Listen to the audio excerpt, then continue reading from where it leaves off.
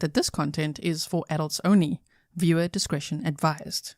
If you haven't yet, hit the subscribe, like, and share.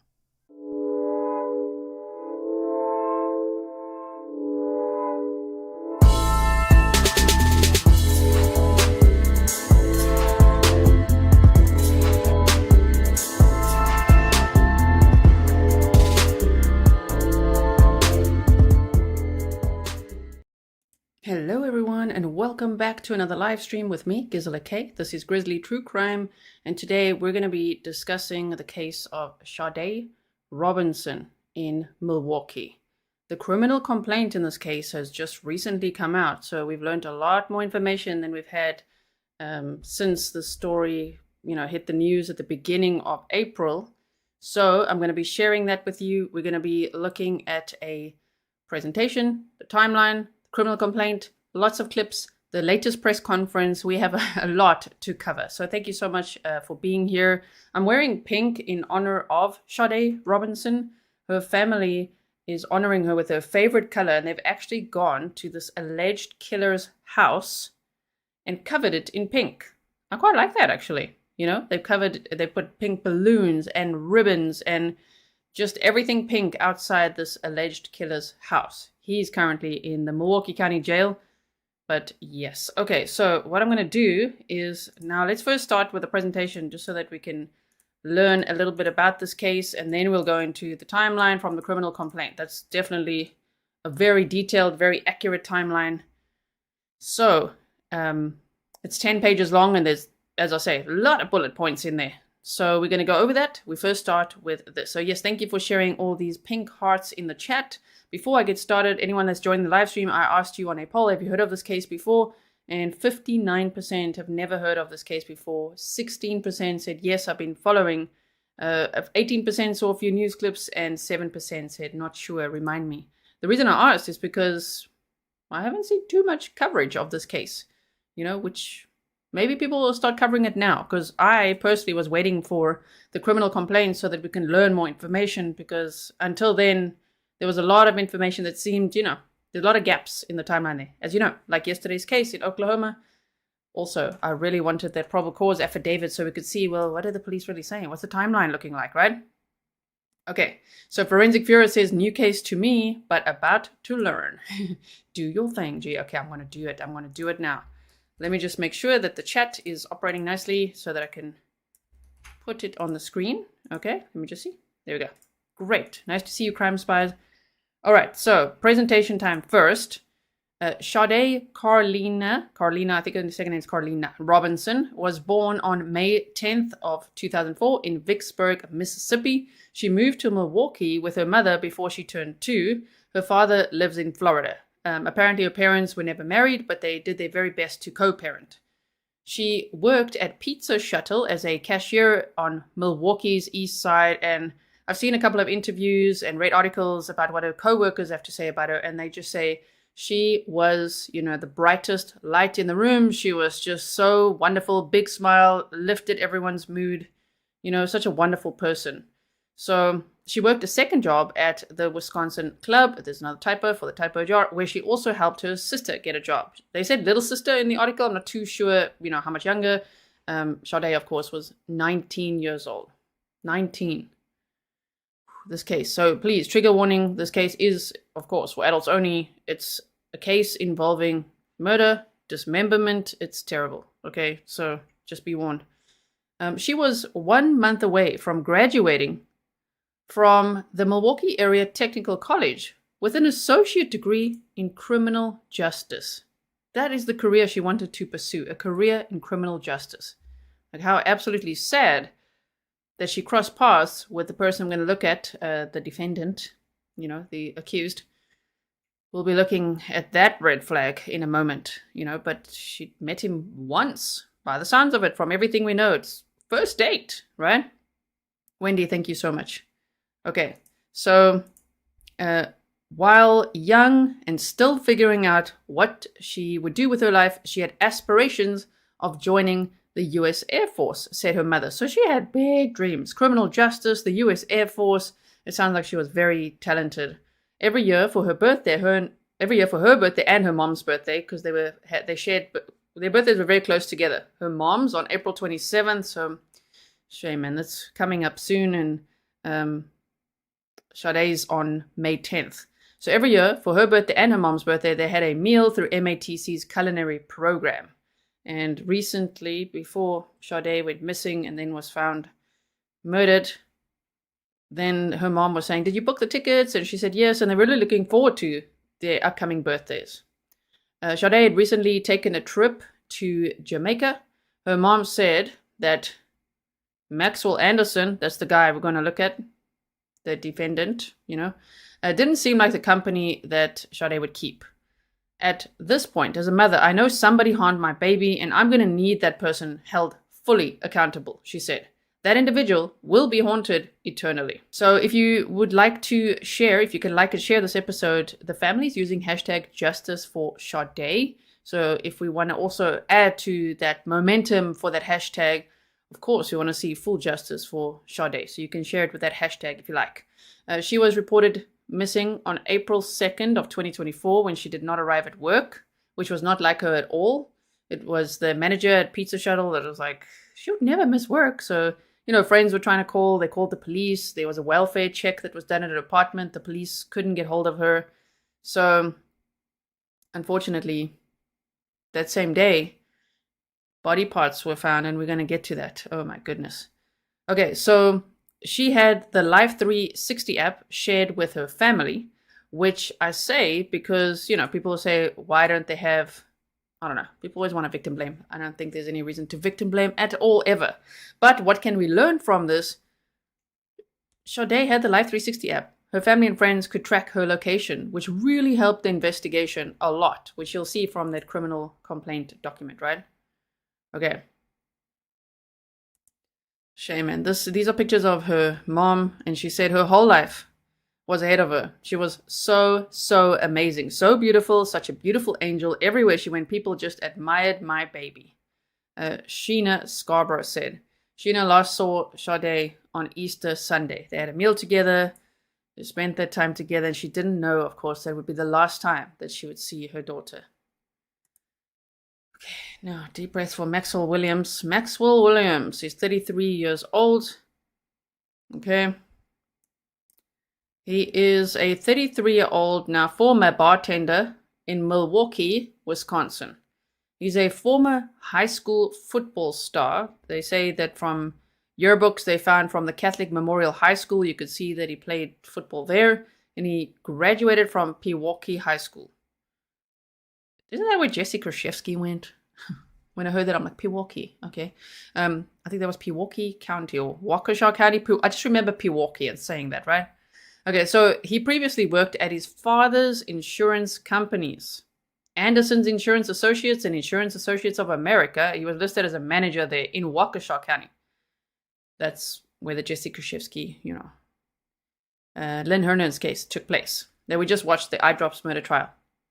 Now, the thing is that I've seen some articles, mainstream articles saying that he's a Nepo baby because his dad was the super successful business magnate insurance guy, and he also followed in his footsteps and was a manager. But I think if I really read between the lines here, it's like his dad helped him along, because maybe he couldn't get a job elsewhere or fit in with others. I don't know, because it just sounds like he is very unstable if we hear more about him, right? Okay, so his father moved to Florida and Maxwell stayed in Wisconsin, which of course is not like his father abandoned him, you know what I mean? Like he's 33, okay? He's 33 years old. These are pictures actually from a yearbook, so we're going to look at more pictures and mugshots in a moment. So he took Sade on a first date to a restaurant where he had recently worked. He went there, he told people there that he's there to get his W-2 forms, which are those, I looked it up, okay? It says American tax forms. Remember, I'm not American, I'm South African, okay? I'm living in Switzerland. They're all called different things. But yes, his tax forms, he went to get there. He had recently worked there. So I'm just reading between the lines and saying, did he get fired? Because there's he seems to job hop a lot. And he gets drunk at work and things like that, according to former colleagues, okay? allegedly. So it's weird that that's where he would take 19-year-old Sade on a first date. Like, let's go there. Yeah, I'm here for tax forms, but also I'm here on a first date. It's odd psychology, that. Okay. So he has a criminal history, including convictions, not just allegations, convictions for battery and domestic abuse. In 2015, there were charges of disorderly conduct, domestic abuse, criminal damage to property, and intimidating a witness. He also had this disorderly conduct charge in 2019, and for a second offense, drunk driving, in 2022. They said Anderson smashed a glass, punched a hole in the wall, and grabbed a phone out of the hand of another relative who was trying to call the police. They said that he needs some mental health assistance, and he reacted that way. Ooh, Stefan says Judge Jennifer Doro is in Waukesha County. Right? Also, welcome to all my moderators. Thank you so much for everything you do. Welcome to all my patrons, members, subscribers, anyone who's new here, and any locals in chat. Really appreciate you being here. If there's any family or friends here of Sade, I am so sorry to hear about this. This is absolutely devastating. And I can't even imagine what they're going through, because the family and friends are currently out on searches, okay, in groups, looking for the rest of Sade's remains, because body parts were scattered around the city. It's just, I just can't. I don't even know how they're staying so strong. They are so amazing. Her mom is so strong. It's unbelievable. So those who knew this Maxwell Anderson said that he had a creepy and weird vibe. He was arrested on April 4th of 2024 during a traffic stop. He was charged with first-degree intentional homicide, mutilating a corpse, and arson. He lit her car on fire. He's being held on a $5 million bail. His next court date is April 22nd of 2024. So we would like to write that down in our calendars. Am I right? We want to see, are they going to show that? What's going to happen? That is when, they'll decide if there's enough probable cause to take this to trial, and then he can decide if he's pleading guilty or not guilty, or you can assume what he will be doing, right? He is innocent until proven guilty, but you know what I mean. Like, wow, it sounds like they've got quite a lot of evidence against him as well.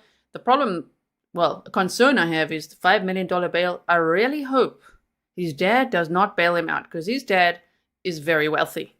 Please don't enable him.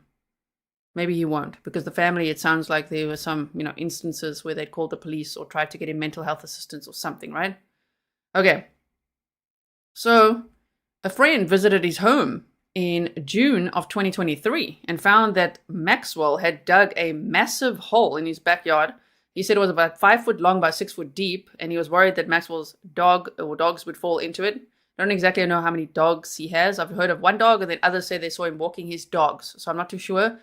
But they said he dug this massive hole, in his backyard, and he said it was for an underground basement. And his friend was like, it's a little weird because you have a basement. So that is very scary. If this guy wasn't caught now, I really fear what he would have gone ahead to do to others. And I actually also worry, he's 33 years old. What has he been doing up to this point? Right?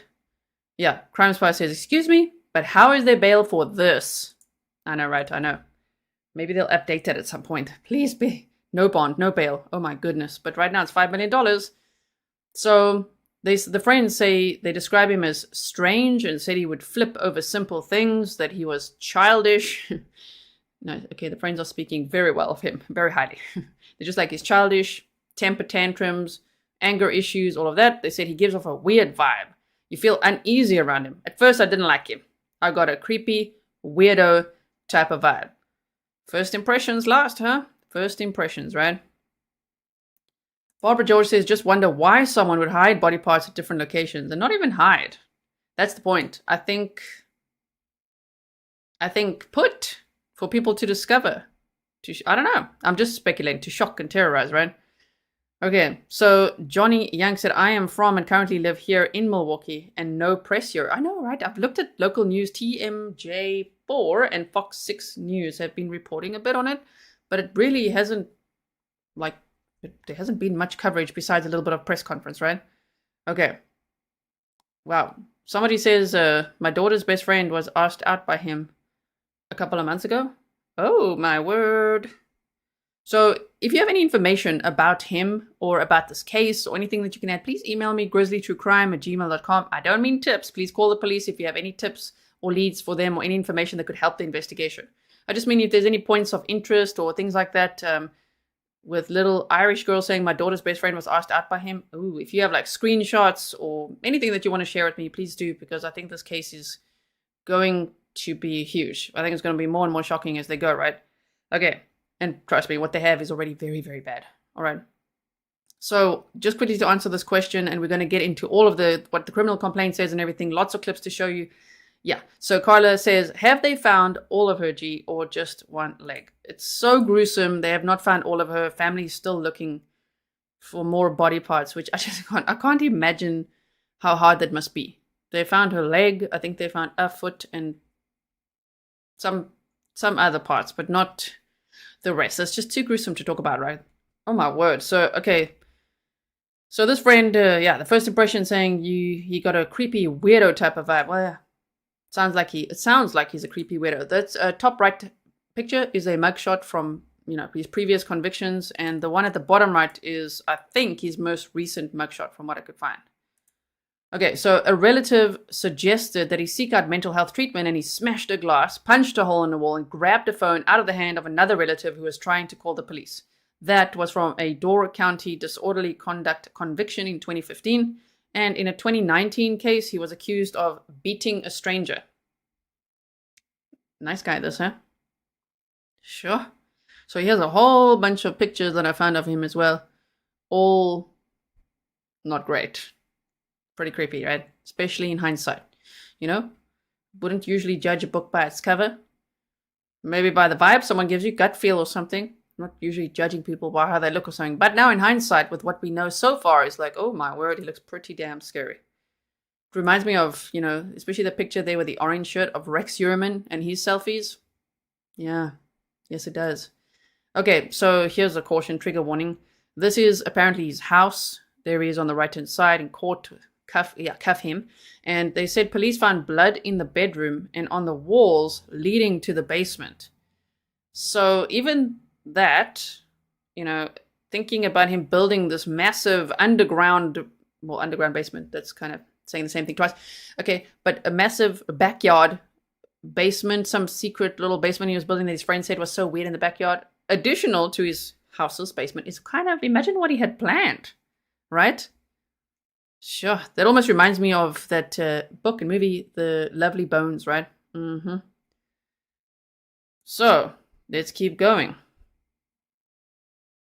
Engineer says, did he have a job? He was a bartender. He worked at different clubs, but it sounds like he had a drinking problem and an anger problem. So he job hopped quite a bit. From everywhere I read, there's like a different place mentioned. So I'm like, okay. But his most recent job was apparently as a bartender. In 2016, he wrote on Facebook, who will I be kissing on New Year's? The floor, when I pass the F out. Facebook, now apparently his Facebook page is deleted. I also couldn't find it. He wrote that he was a former aviation electronics technician in the United States Navy, which no one has verified. People say they don't think that's true at all. I don't know. I don't even know what to say about that. Friends say that he had recently worked at Victor's nightclub in Milwaukee. Former co-workers describe him as erratic. They say he would get very drunk at work, and his behavior was a little erratic, but nothing that really sparked as a red flag. Okay, I'm just going to add that I think it's a red flag that he gets really drunk at work. I'm not saying a red flag that would lead one to think he's going to murder and dismember people, but still, that's concerning behavior, right? He needs some help. So he's said to love anime, shooting air pistols, and that he struggles to sleep. On March 2nd this year, he posted on Facebook, does anyone have a recommendation for sleeping medication? On April 4th at 10:05 a.m., he posted on Facebook about volunteering for Feeding America. And for Feeding America on April 8th and wrote, anyone want to join me? Well, that's the day he was arrested. So in the morning, he posted about volunteering for Feeding America for April 8th, and he didn't make it to that. Wow, such a charitable, good guy. What a good guy. See, that's for me a red flag. When people are like, I am so good. He's like, look at me, Feeding America. Okay, well, there's an empty slide. Top right picture is actually him. We're going to see it from the criminal complaint on a bus after the murders. And here's the beautiful Sade Robinson. 19 years old. Murdered after a first date. All she was doing was going on a first date with a guy. They haven't clarified exactly where they met. They say maybe at her workplace, the pizza place. That would make sense to me. Or maybe at his workplace where he was a bartender. I'm not too sure. It could also be, I would speculate, possibly on social media or a dating site or something. We just don't know, right? Okay. Now, that is the presentation for now. So now I quickly want to show you just a clip, and then we're going to get to the criminal complaint, okay? And then we'll go back to more clips because we still got to watch the press conference and things like that. So let me quickly get this for you just to show you why I'm wearing pink and why we're showing pink hearts in the chat as well. So here we go. Let me just resize it for you. Okay. And charged in the homicide of 19-year-old Sade Robinson has a new look. Fox 6's Bria Jones joins us live now near 39th in Oklahoma with details on today's pink out. Bria? Well, Steph, on the night police say she died, they say that Sade Robinson came here to this home. Now, right now, her family and friends are still gathered outside for this pink out. They colored the house, they painted the house in her favorite color with decorations from balloons to streamers to signs calling for justice. The details of 19-year-old Sade Robinson's alleged fatal first date are pulling at heartstrings far and wide. I'm 50 years old and I can relate to her. All she wanted was love. Nicole Green drove an hour for Monday's pink out in Robinson's honor. A call put out to the community to decorate her accused killer, Maxwell Anderson's home, in her favorite color. We're here to support and love and turn this evil into light. According to a criminal complaint, police say Robinson first went out with Anderson on April 1st, the night she disappeared. Investigators say technology placed Robinson at Anderson's home near Oklahoma and 39th Street on Milwaukee's south side. The next day, her severed leg was found at Warnimont Park in Cudahy, and more human remains were later found scattered across the city. Gruesome discoveries shocking many, including those in Anderson's neighborhood. My son said he's seen him walking his dogs, but I never did. Wearing their pink, this mother-daughter duo says it was on their hearts to show support. This is just tragic, and I can't even imagine the unbearable pain that her mom must be going through. So just coming out to show support, and that our Milwaukee community loves our Milwaukee girls. Being here to support, her mom can see that she's not alone. Everyone here is grieving with her. This pink out, as they called it, was yesterday. This happened yesterday. The murder happened on April 1st. Sade was reported missing on April 2nd. Okay, we're going to go over all that. The presentation I showed you now was really just a background of who's the victim and who's the defendant. So now I'm just showing you this clip so that you understand why I'm wearing pink as well. In honor of Sade, I want to show her family that, you know, we have their backs. And so if you want to share pink hearts in the chat as well.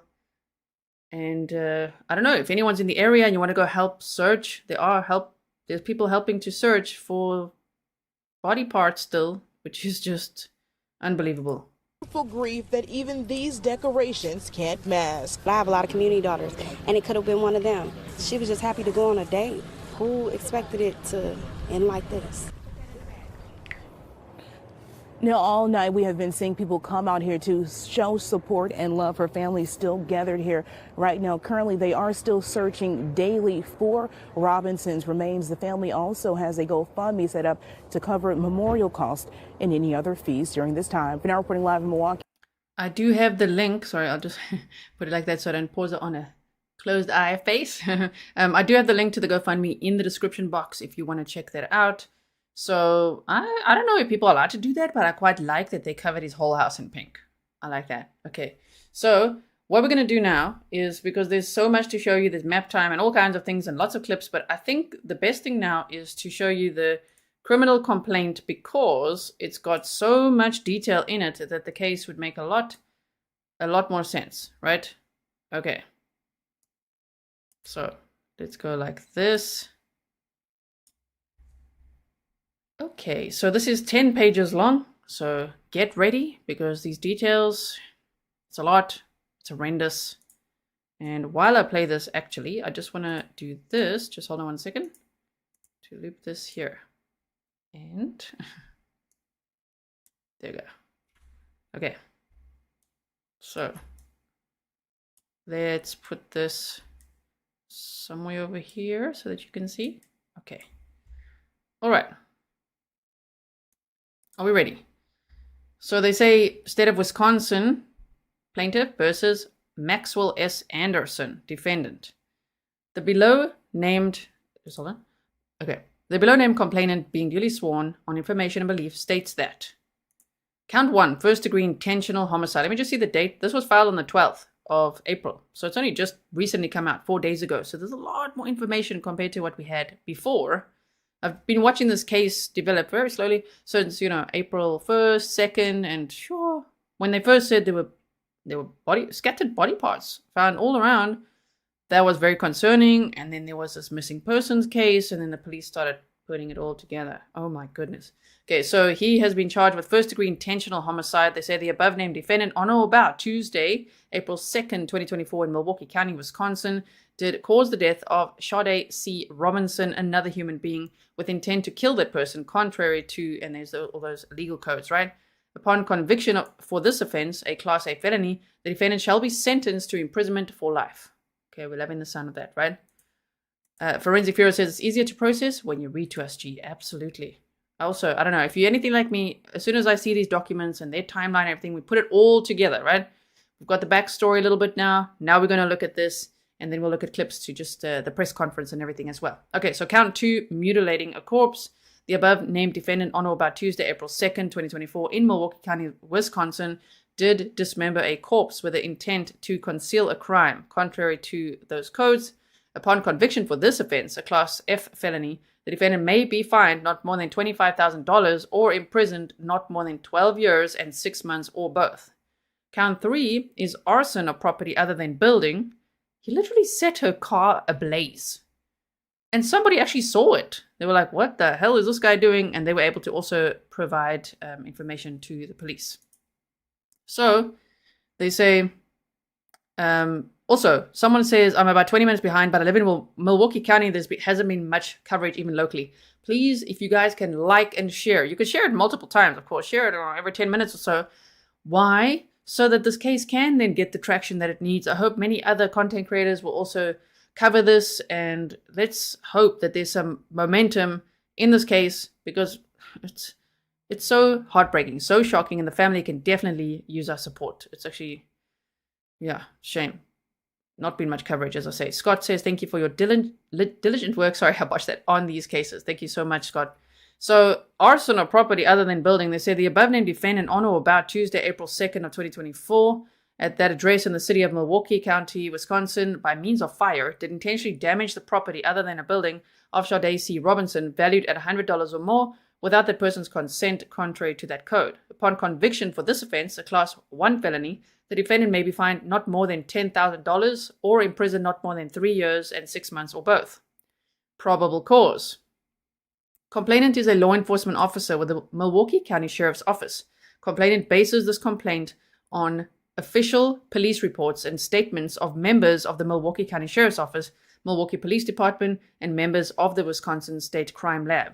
The complainant notes the events described below occurred in Milwaukee County, Wisconsin. Based on that information, the complainant states as follows. So now we're going to get into the details. I've highlighted some little bits here as well. I don't know if you can see it, really, just to keep us on track. Also, if you are a member, if you do remember from the Members Only Live we did a few days ago, I think that was maybe 4 or 5 days ago, we actually discussed this case a little bit. Do you remember? Yeah, at that point, as I say, we didn't have this much information. Now we have a lot. Okay, so they said discovery of a severed human leg in Warnimont Park. Now, if you're local, and I'm not saying it right, let me know in chat. I hope I'm saying it right. Warnimont Park. Hope I'm saying it right. Okay. On Tuesday, April 2nd of 2024, around 5:29 p.m., members of law enforcement, including the Milwaukee County Sheriff's Office and Cudahy Police Department, responded to Warnimont Park, located at 5400 South Lake Drive, to report of a human leg located on the beach. First responders were led by the citizen who called the police to the leg. Can you imagine being on a walk and then seeing a leg? I mean, what? Responding deputies located the right leg of what appeared to be a black female. The leg was severed just below the hip socket and appeared to have been sawn off. The toes on the feet had pink nail polish. The leg did not appear to be decomposing. Deputy Leon Martin was one of the first responding sheriff's deputies. Deputy Martin spoke to EM, who discovered the leg. EM stated that he was meeting his friend at the park. EM stated that he and his friend were walking towards the beach or water and then saw the leg just north of the Warnimont pump house at the shoreline. Here they are, just pause because I'm like, what? Got to take it all in. This is, I think, the fourth time I'm reading it, and every time I'm just like, what? Okay, so Deputy Martin reports that the area where the leg was located contains a bluff that is approximately 100 feet tall. The leg was originally found about 2/3 of the way down the bluff towards the water's edge. Shauna says, Cudahy. What did I say? I feel like that's what I said. Cudahy. Okay, if I didn't, I'm sorry. Cudahy. All right. So they say Milwaukee County Sheriff's Office Detective Nathan Spittelmeister searched the area of the park for any cameras that may have captured something related to the discarding of the leg. Detective Spittelmeister, such a cool name actually, Spittelmeister. Okay, anyway, Spittelmeister located a video from Cudahy High School that shows the parkways nearest to the pump house at the shoreline. So he was literally caught on video. I can make it a little bit bigger for you so that you guys can see nicely. They actually have video. You know how eerie that video must be to watch as well, to see someone doing something like that. My goodness. So this video, okay, Detective Spitmaster located video from the high school that shows the parkways nearest to the pump house at the shoreline. The road that leads to the pump house is closed to vehicle traffic by a gate secured with a padlock and chain. The video footage shows at approximately 2:53 a.m. a vehicle, that's on April 2nd, okay, a vehicle entering the video frame heading eastbound on the parkway towards the road to the pump house. The video shows that the vehicle did not make a southbound or northbound turn once reaching the intersection nearest to the service road. The vehicle disappears from video footage consistent with the vehicle driving down the road that leads to the pump house. The complainant knows the service road to the pump house would be the furthest that a car could go to get near Lake Michigan in that area. Detective Spittelmeister spoke to Cudahy Police Detective Brian Arson, who informed Detective Spittelmeister that on the morning of April 2nd, 2024, employees of the Cudahy, employees of the Cudahy Water Department reported that the service gate had been struck by a vehicle. The damage to the gate was done after the evening of April 1st and before the morning of April 2nd of 2024. This is consistent with when the vehicle is seen on video driving onto that service road. Detective Joseph Blanchard from the Milwaukee County Sheriff's Office went to the pump house gate and recovered broken pieces of a vehicle that were determined to belong to a Honda Civic. So he was driving around in her car. She has a Honda Civic. The one that he set alight. These damaged pieces would be consistent with the vehicle ramming the gate to get through. Detective Spittelmeister also recovered video from the pump house that faces north in the direction of where the severed leg was recovered. At approximately 3:02 a.m., a human figure can be seen descending the bluff to beach level. This figure appears to make multiple attempts to walk between the beach and the service drive for the pump house. At approximately 4:31 a.m., the vehicle that entered the closed gate leaves and ultimately leaves the park, heading westbound. A little Irish girl says cud like cut, so Cudahy. Cudahy, okay. The leg was recovered and transported to... This is so scary, oh my goodness, okay. The leg was recovered and transported to the Milwaukee County Medical Examiner's Office and was examined by Dr. Lauren Decker. During the examination, based on the size of the leg, Dr. Decker estimated the height of the person to be approximately 5 feet tall. There were multiple cutting impressions around the amputation point, as well as sharp force trauma to the exposed femur bone. However, the top of the femur bone appeared to have been snapped off. The leg appeared to have been intentionally severed with a sharp instrument, including the bone being sawn halfway through. Sade Robinson reported missing. At approximately 9 p.m. on April 2nd of 2024, a walk-in report was made by AJ at the Milwaukee Police Department District 5 station. AJ reported that her friend, Sade Robinson, had not been returning AJ's calls and had not showed up for work. AJ provided a phone number for Robinson and reported that she lived at this 1858 North Commerce Street, apartment 309 in Milwaukee. On April 3rd of 2024, Milwaukee police officer Nora Burler responded to Robinson's apartment to conduct a welfare check and was not able to make contact with Robinson. AJ further reported to investigators that the last known activity of Robinson was a Snapchat that AJ viewed, showing that Robinson was at Duke's on Water. If you're local, do you know all these places? Like these places they're saying, Twisted Fisherman is one of the restaurants, and this one is now Duke's on the Water. So the last time she was sending a Snapchat to her friend, she showed that she was at Duke's on Water, and she was on this date, right? That's located at 158 East Juneau Avenue in Milwaukee on the evening of April 1st of 2024. No further contact had been made with Robinson after that. I will show you the map afterwards, so try your very best to focus here on all the details, and then I'll show you the map afterwards. I've tried to map out all the points that they've shown us here so that we could just see, the radius of where all this guy went. Okay, let me just quickly see. Cudahy. Thank you. Upon hearing of the discovery of the leg near Warnimont Park, Officer Burler contacted the Milwaukee County Sheriff's Office to inform them of the report of Robinson being missing, as well as the vehicle fire. The complainant knows through contact that the Milwaukee County Sheriff's Office has had with Robinson's family and friends that Robinson is approximately 5 feet tall. The complainant knows that Robinson's listed height with the Wisconsin Department of Transportation is 5 foot. Officer Burlow, as well as Milwaukee County Sheriff's Office Detective Joseph Blanchard, made contact with employees of Robinson's apartment building. The apartment's maintenance employee, EF, indicated that he had last seen Robinson on April 1st of 2024. Another employee, building secretary CAS, reported that she would frequently see and speak with Robinson, and Robinson told CAS that she was excited for a date that she had on the evening of April 1st. Detective Joseph Blanchard also reviewed video surveillance footage from the apartment building where she was living, right, at Commerce Street, and said footage depicts Robinson leaving the building around 9 a.m. on April 1st of 2024. Robinson is wearing a black puffy coat, a white shirt, light-colored blue jeans with multiple tears in front, and white shoes. She was going to work that day and super excited for her date with Maxwell Anderson. Discovery of Robinson's 2020 Honda Civic.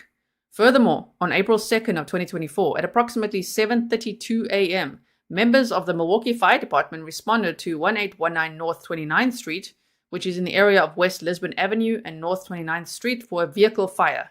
First responders located a 2020 Honda Civic with Wisconsin registration ASP 1171. The vehicle had sustained extreme fire damage, completely damaging the interior of the Civic.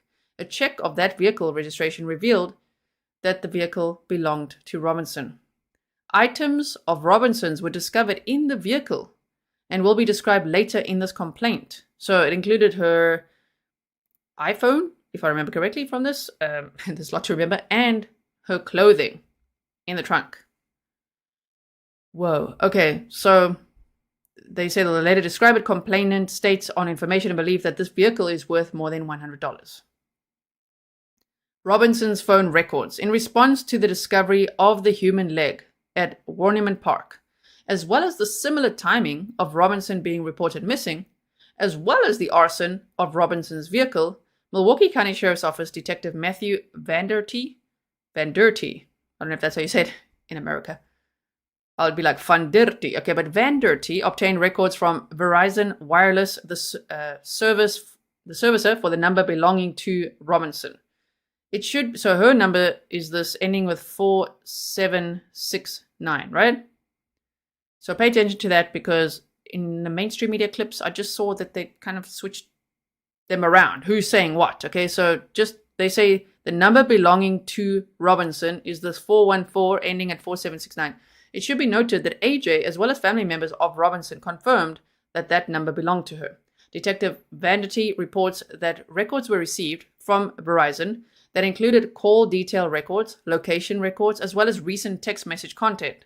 Upon review of the text message content, Detective Vanderty located a text conversation between Robinson and this other telephone number, which starts with 262. This was the last text message conversation in the records that contained outgoing messages from Robinson. The conversation occurred between approximately 4:15 and 5:18 p.m. on April 1st of 2024 and reads as follows. Ooh, Steel Guitar says, imagine leaving the body parts purposely where children would find them. Oh my word.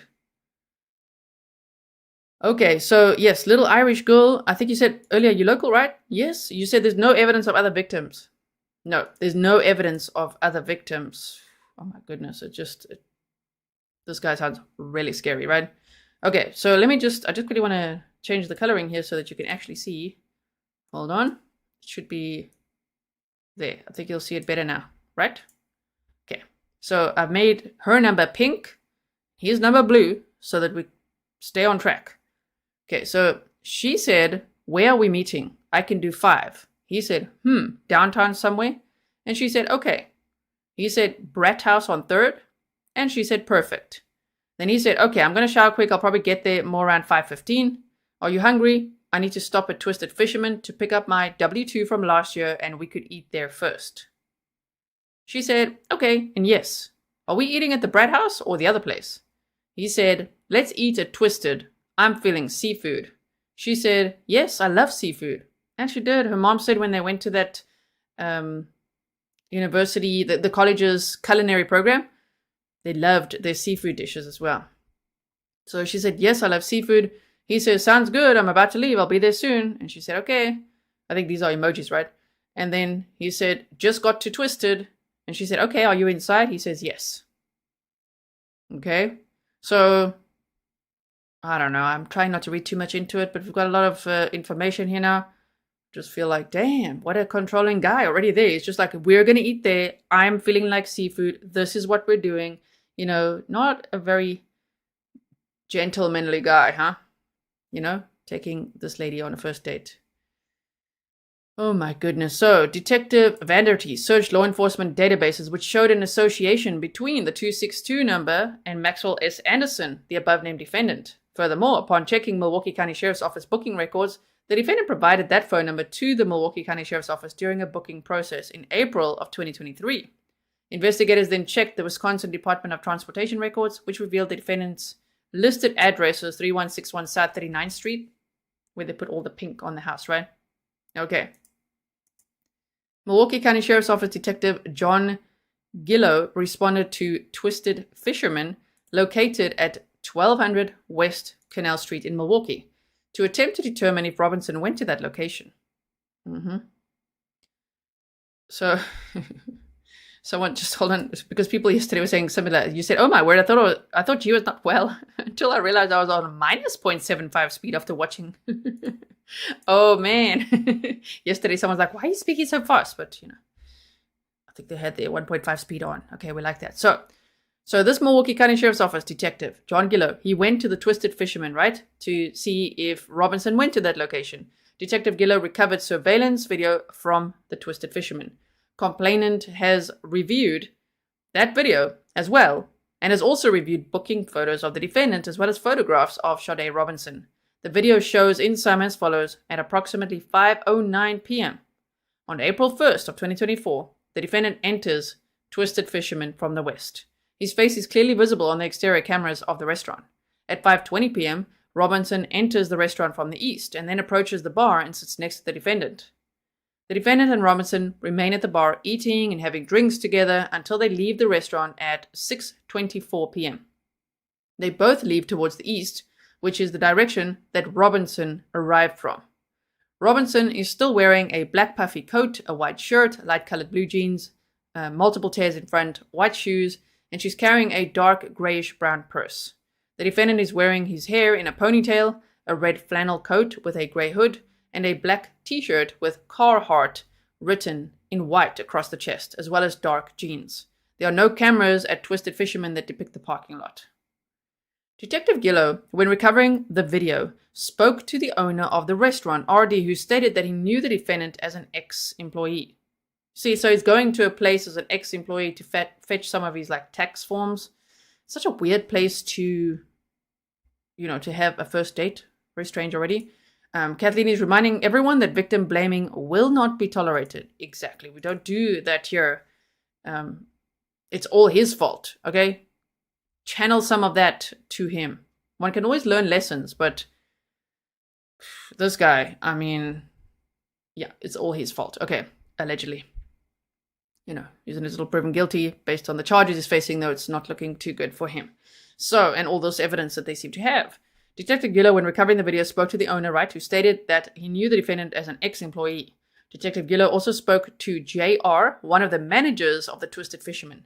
JR viewed the surveillance video and identified the male subject with Robinson as the defendant, who JR knew as a former employee, and further stated that the defendant came in to get his W-2, consistent with a text conversation the defendant had with Robinson. Detective Gillow also spoke to BC, who was the bartender who served the defendant and Robinson. BC stated the defendant initially came in and indicated that he was picking up his W-2, but then informed BC that he was staying at the Twisted Fisherman to meet a female for a first date. BC knew the defendant as a former employee. BC stated that Robinson arrived and sat with the defendant, and they appeared to have casual conversation before leaving together. I wonder if in his mind, if I just side note think, if he was trying to, let's say if he got fired and then he's there okay, give me my W-2. Also, I'm here on a date, he's trying to show off or something, oh, I'm just moving on and my life is great. So, got a date over here, and if it didn't work out exactly how he planned, well then look how he lashes out, apparently. So, Milwaukee County Sheriff's Office Detective Brian Conte conducted an interview on April 3rd of 2024 with ASF, who identified herself as a friend of Robinson. ASF indicated to Detective Conte that she became aware that Robinson was missing by seeing it on the news. ASF stated that after she learned Robinson was missing, she accessed Robinson's Life 360 app on her cell phone. Smart friend, yes. Complainant knows Life 360 is an application that provides location-based services and allows users or subscribers to share their locations with others. ASF stated that upon checking Life 360, she observed that Robinson's phone appeared to be in Warnimont Park around 4:33 a.m. on April 2nd of 2024.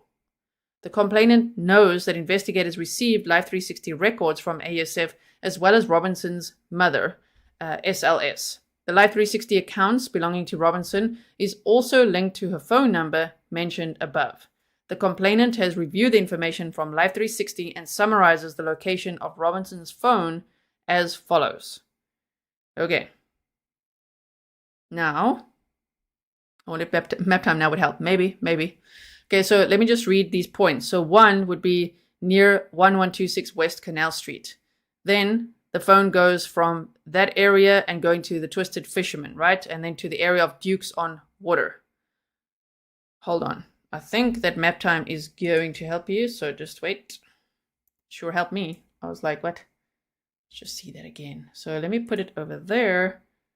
Bring up the map I've got for you. Just going to take that off for a second. All right. So stand by, everyone, for a little bit of Maptime. I know you like the Maptime song, but I just want to get into this now because we're in the middle of a document, right?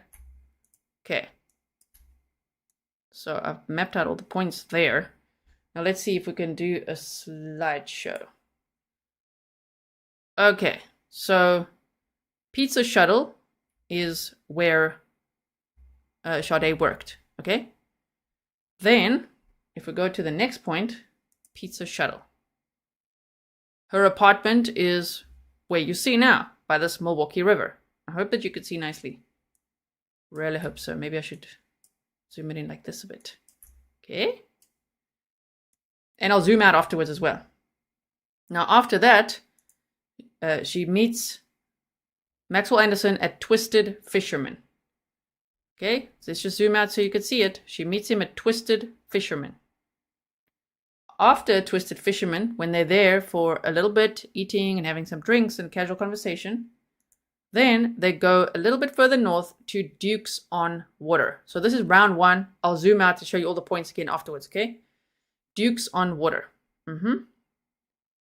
After that, they go to his house. Okay? And I think that's where a lot of bad things happen. I think so. Based on the evidence. Blood found in the bedroom. Blood found on the walls going down to the basement. All of that. Okay, so then from there, he starts traveling to all these points heading northward. So that's why family and friends are also out searching all these areas near this Pleasant Valley Park. If you live in the area and you want to search as well, okay? If you're brave enough and you want to help, then these types of areas on the map, I know families, since this criminal complaint came out, they're like, whoa, they've got so much more information, detailed like this, of exactly where this guy traveled that they know of, based on her Life 360 app and phone. So driving all around like this, there's also this street that they mentioned, North Humboldt Boulevard and East Keefe Avenue. Still going northward to this other 3829 Humboldt Boulevard. And then heading southward to this Warnimont Park. So they talked about earlier him not going north or south, but going in here. You can see my mouse, right? Going in there. Okay. And they know he can't go anywhere else. And that's where he rammed into like the service gate. It's a metal gate that was closed. Smashed into that. And then you could see him heading, up and down to the car. Okay? So this Warnimont Park is the area where he went. He was seen around here as well, carrying who knows what. Here's the, where's the high school? Here's the area. They say, I just put it from the map that they showed us. The area the leg was found was somewhere around here. It's around here. That's the address they put, the coordinates. And they did say it was somewhere near this golf course. And here's the high school, which had some video surveillance of him in the distance. So that's pretty amazing as well, if we see it like that. So he's all around this area. And then the vehicle was found in this area, which is quite odd. And after that, he got off a bus over here, which we'll see later, and then goes back to his house. Okay? So let me zoom out so that we can just make sense of all of that. If you're like me, I like to do that. We like to jump around and then we say, okay, wait, what? So one more time, right? We have to zoom in a little bit. Firstly, we're in Milwaukee, Wisconsin, right? And here is the lake. This is Lake Michigan, right? Okay. And so they go. Sade goes to work. She works at Pizza Shuttle and her apartment is over here. So she left her apartment on April 1st at around 9 a.m. and she went to work, where all her co-workers speak so highly of her and miss her so much. And so she went to work, and then after that, she asked him, where shall we meet? And he said, Twisted Fisherman, to go and get his W-2 form, and so he could show off to his former colleagues and say, I'm on a first date. Going here. They're there for a bit, they eat and drink a bit, then they go to Dukes on Water, okay? Now I need a sip of water, hold on. Okay. My voice better last. I know I talk a lot. So, Dukes on Water. So they go there, and they go to Dukes on Water.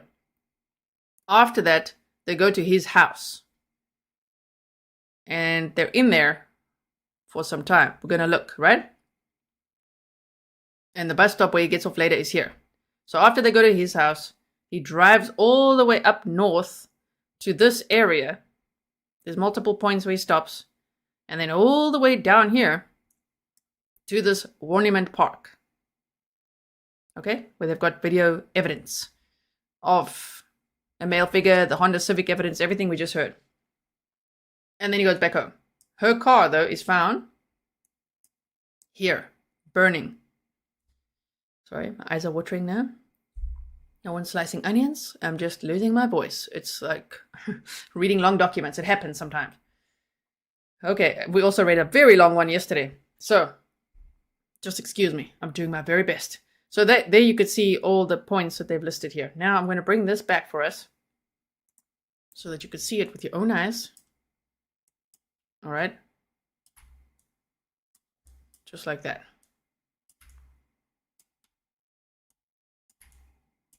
So you can see all these points that they've just listed. I've just showed it to you now, right?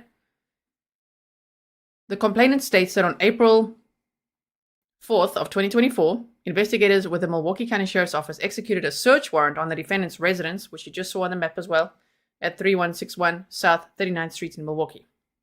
During the execution of that search warrant, identifiers for the defendant were located, including packages addressed to the defendant. Additionally, blood was located on bedding in one of the bedrooms and on the walls leading towards the basement. Several gasoline containers were located in the garage or storage area. His house sounds so scary, you know? Furthermore, the complainant knows that the Verizon records for Robinson's phone number, which included call detail records and location information of the phone, were analyzed by investigators. The records, consistent with the Live 360 information described above, show Robinson's device in the area of Twisted Fisherman when Robinson is with the defendant at that location. Additionally, the records show the evidence moved to the area of Dukes on Water at approximately 6:30 p.m. and around 9:20 p.m. the device is in the area of the defendant's residence. Complainant knows that the Milwaukee Police Detective Jake Pushnik reviewed poll camera video footage in the area of Dukes on Water. That footage shows Robinson's Honda Civic arrive at 6:33 p.m. and at 6:34 p.m. Robinson exits the driver's door and the defendant exits the front passenger's door. So he got in her car. It's like does he have a car? Now I'm wondering if he has a car. Does he have a car? Can he not drive? Did he lose his license because of the DUIs or what? Just thinking now. We never heard about his car. We heard him get off the bus. My goodness. Okay. So they met at that Twisted Fisherman, and then he got in her car, and they went to the Dukes on the Water, and then he started driving her car all around. Wow. After going to his house, of course. And then he torched her car. The whole car was found on fire. So, okay then. This guy. So anyway, they said the two of them then walk across the street and eventually walk in the direction of Dukes on Water. Detective Pushnig also reviewed video footage from Dukes on Water, which depicts the defendant and Robinson hanging out at Dukes on Water. The poll camera video then shows Robinson and the defendant return to Robinson's vehicle and drive away at 9:04 p.m. After that, the phone records show the following. It's a lot of detail, right? Are you keeping up? If you're only joining now, I hope that you'll go back to the beginning because it'll make a lot more sense, right? It'll make a lot more sense. Scott's saying, sorry if you already said it, but how did they meet? They actually weren't able to clarify that yet. They haven't said it, and of all the news clips I saw, they said they're not sure exactly how they met. Some assume it's from his workplace. So he was a bartender at one of a club, you know? So it could have been there. Or it could have been at her workplace at the pizza shuttle or social media, but they haven't clarified. So, one, Robinson's phone remains in the area of Anderson's residence, okay, until about 12:45 a.m. So from 9:04 p.m., April 1st, till 12:45 a.m. on April 2nd. And then between 12:45 a.m. and 1 a.m., the device appears to travel northbound and eastbound towards the direction of downtown Milwaukee. From 1 a.m. to approximately 1:15 a.m., the phone is in the area of downtown Milwaukee, including the area of Robinson's apartment, before heading northbound, consistent with traveling into the River West neighborhood between 1:15 and 1:30 a.m. It should be noted that between these records and the Live 360 location information, the phone does not appear to be stationary in this time frame. The complainant further notes that Detective Blanchard reviewed video footage from Robinson's apartment complex and confirmed that Robinson did not return to her apartment at any point after being at the defendant's residence on April 1st of 2024. Right? By approximately 1:33 a.m., the phone, now I showed you all of this on the map, okay? So try to visualize that if you can, or go back if you need to, right? Okay. So they say, by approximately 1:33 a.m., the phone travels north towards the area of Pleasant Valley Park near the North Humboldt Boulevard. You should remember that from the map, and East Keefe Avenue, just south of Capitol Drive, where it remains until approximately 2 a.m. So 1:33 to 2 a.m. From 2 a.m. to approximately 2:10 a.m., the phone appears to travel westbound, consistent with being on or near Capitol Drive as it moves west. From 2:12 a.m. to approximately 2:20, the phone moves back eastbound in the area of Capitol Drive, so now he's going to make his way back down to that Warnimont Park, right? From 2:20 to 2:30, the phone appears to travel southbound, consistent with traveling on the Interstate 43. From 2:30 to 2:35, the phone moves westbound, appearing to travel consistent with the Interstate 41, Interstate 894 towards Greenfield. From 2:35 to 2:45 a.m., the phone moves back eastbound and then southbound, consistent with traveling on the Interstate 41, Interstate 94, then traveling eastbound in the area of College Avenue in the direction of Warnimont Park. From 2:45 a.m. to 3 a.m., the phone appears to be east of the airport in the area of Cudahy, there we go, and South Milwaukee. The phone then remains in the area of Warnimont Park between 3 a.m. and 4:30 a.m. 90 minutes, that guy is in that area. I know it's her phone, but there's evidence to support that she was no longer alive at that point because it's hard to say all these things. He put her leg there, right? The leg was found in that area. Like, what? My goodness. But 3 a.m. to 4:30, he's in that Warnimont Park area, which I believe is like, there's like a golfing area. It's a popular walking area. I mean, and who knows what all he did in these areas, right? Which is why there's still people searching because they're looking for the rest of this victim. Okay, so from 4:30 a.m. to 4:40 a.m., the phone begins to move northbound towards St. Francis and then has a final cell tower location around 4:40 a.m. in the area of East Howard Avenue and WI 794, consistent with the location where Life 360 indicates the battery of the phone died. Okay, we're on page 7 of 10. We don't have too much to go, and then I'm going to show you the latest press conference, which was from 4 days ago, and many clips that will just tie this all together, I hope, okay? I will be following this case closely. I'll see when he's next in court on April 22nd. We'll keep up with it, okay? As much as we can. So, discovery of human remains near 31st and Galena Street. On Saturday, April 6th of 2024, members of the Milwaukee Police Department began to canvass the area near where Robinson's Honda Civic was set on fire. While searching the area of where that vehicle was, I'll show you on the map, of the 31st and Galena playground, Milwaukee Police Detective Cassandra Lindard located a human foot in the wooded area adjacent to the train tracks that border the playground to the east. Investigators located, in addition to the foot, another piece of what appeared to be human flesh in the same area. This guy scattered remains all over the place. So it's very important. I'll timestamp that map time, that if you're in the area and if you actually want to help the family to look, okay? I don't think everybody's capable of doing that. But if you can, help them look. Or if the family, I don't know, if they want to see the map time, I'm sure, I mean, they're doing a great job searching out there. I don't know if it will help. But he went all over there. Imagine all the places he put all these body parts. And they want to obviously find all of her to put her to rest. Oh my goodness.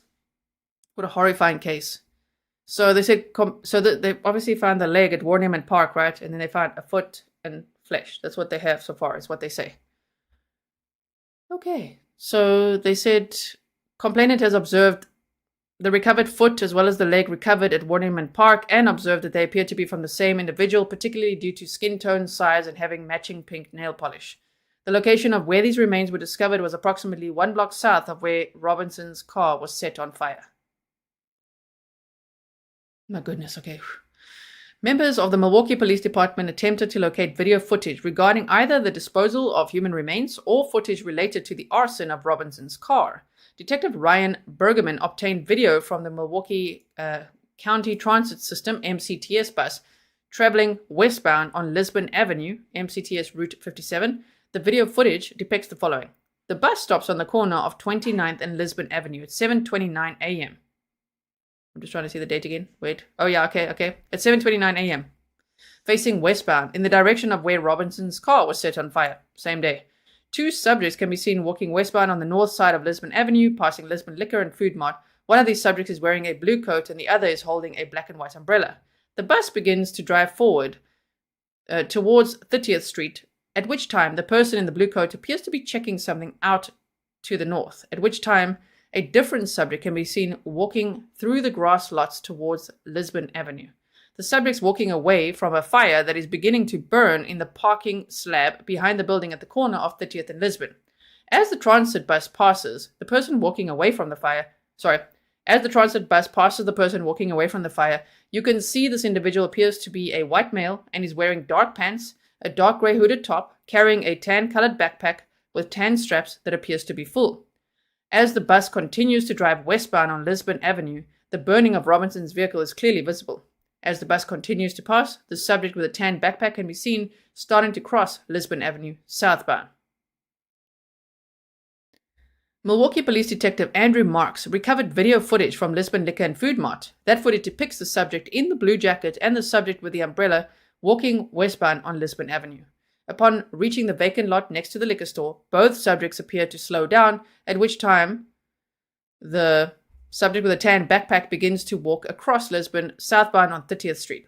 The person in the blue jacket then appears to be in shock and begins pointing at the person in the tan backpack as he walks away.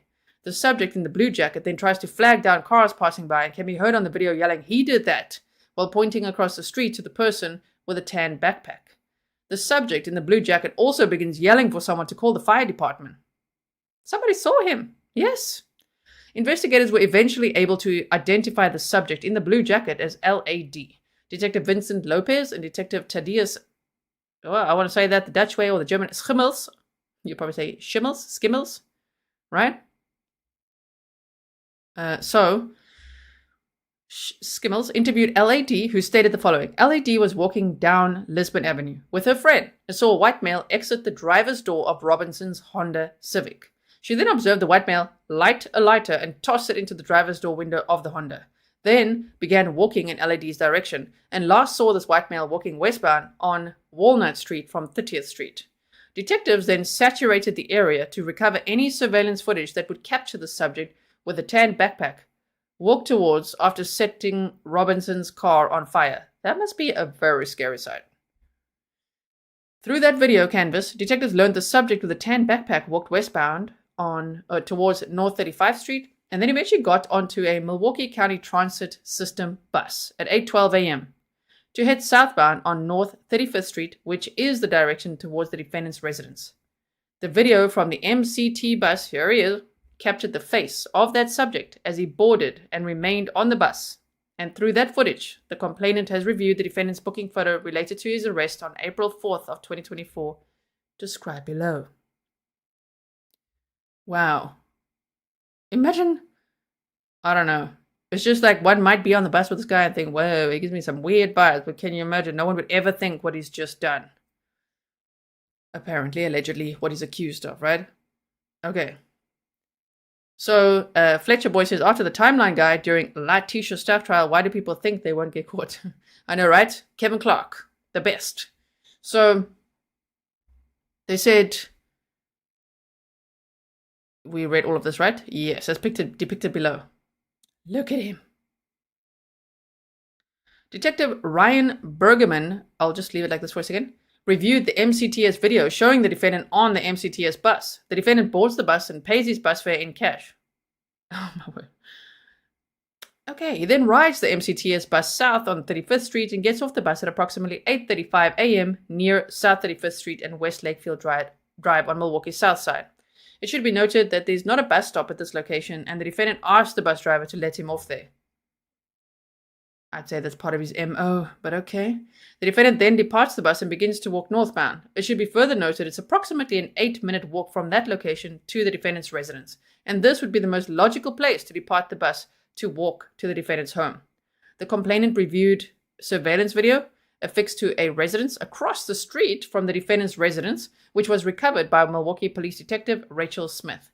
This video footage depicts South 39th Street and the front of the defendant's residence, as well as part of the south side of his residence. Like, this guy is busted from everywhere, right? There's a front gate on the south side of the residence, and over that gate, the rear gate near the alley is also visible. The defendant can be seen arriving through his back gate that is accessible through the alley behind his house at 8:43 a.m. The arrival at this time is consistent with them having walked to that location from departing the bus. The complainant notes that the defendant's dark hooded top and tan backpack that appears full are visible in this video. The complainant knows that Robinson's vehicle was ultimately towed from the location where the defendant set it on fire, and it was searched by Detective Alexis Krusik of the Milwaukee County Sheriff's Office and by members of the Wisconsin State Crime Lab. We're on page 9 of 10, okay? During the search of that vehicle, located in the trunk was clothing that Robinson was wearing. Her clothing was in the trunk, oh my goodness, on the evening of April 1st of 2024, namely the black puffer coat, light blue ripped jeans, and white shoes, along with her dark grayish-brown purse. These items were found in the trunk of the vehicle and were partially fire damaged, although undamaged enough to identify them as the items that Robinson was wearing. Also recovered was a remnant of an iPhone, consistent with the type of iPhone that Robinson was known to have. Detective Rachel Smith reviewed additional surveillance video footage from the residence across the street from the defendant's residence. Her review of that footage revealed the following. At around 9:24 p.m.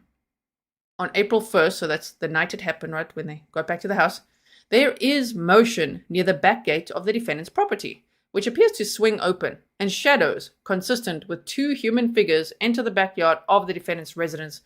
And at 9:26 p.m., the living room light in the front of the defendant's residence, the upper unit, turns on.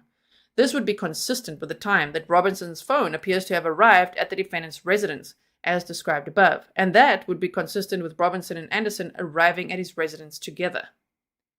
At approximately 11:25 p.m. on April 1st of 2024, there is human movement in the backyard again. This movement continues on and off until approximately 12:45 a.m. on April 2nd of 2024. Okay, that's sounding a lot like Chandler Halderson type stuff, huh? Do you remember that trial? I wish we watched that trial live together. Whew. I did summaries, but yeah, okay. At the trial, probably going to see all of this if it goes to trial, if he pleads not guilty, which he likely will. We'll see. This is consistent with the time when Robinson's phone appears to depart from Anderson's residence and begins to travel around the city of Milwaukee before eventually ending up apparently stationary near Warnimont Park, where the severed leg was recovered. As described above, Robinson's phone does not appear to depart from Anderson's residence between the arrival around 9:24 p.m. on April 1st until around 12:50 a.m. on April 2nd. Detective Smith also recovered surveillance video from 3174 South 40th Street that depicts the alley. This video does not depict the defendant's residence, but it depicts the alley that connects to the defendant's residence. Detective Smith reviewed that video, which shows Robinson's vehicle leaving the alley southbound at 12:47 a.m. on April 2nd of 2024. Detective Smith also recovered video footage from a camera that depicts the intersection of South 35th Street and West Greenfield Avenue, which is to the north of the defendant's residence. That video footage depicts Robinson's vehicle heading northbound on 35th Street at approximately 12:53 a.m. on April 2nd of 2024. Engineer says, not a smart man. Yeah, not smart. Thank goodness these criminals are so dumb. So many of them are. There's very rarely smart ones, which is great. They get caught for what they do. I just wish they'd realize that they're not smart and not do any of this, right? Just hold on, sip of water again. Will we make it to the last page before the video clips?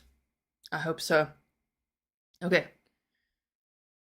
The complainant knows that on April 4th of 2024 at around 1:16 a.m., MCSO detectives Joseph Blanchard and John Gillow conducted a traffic stop of a black Hyundai Santa Fe with license plate AMR8083. I'm still saying, is that his dad's car? Is that his car? Okay, which listed in the Department of Transportation records to the defendant.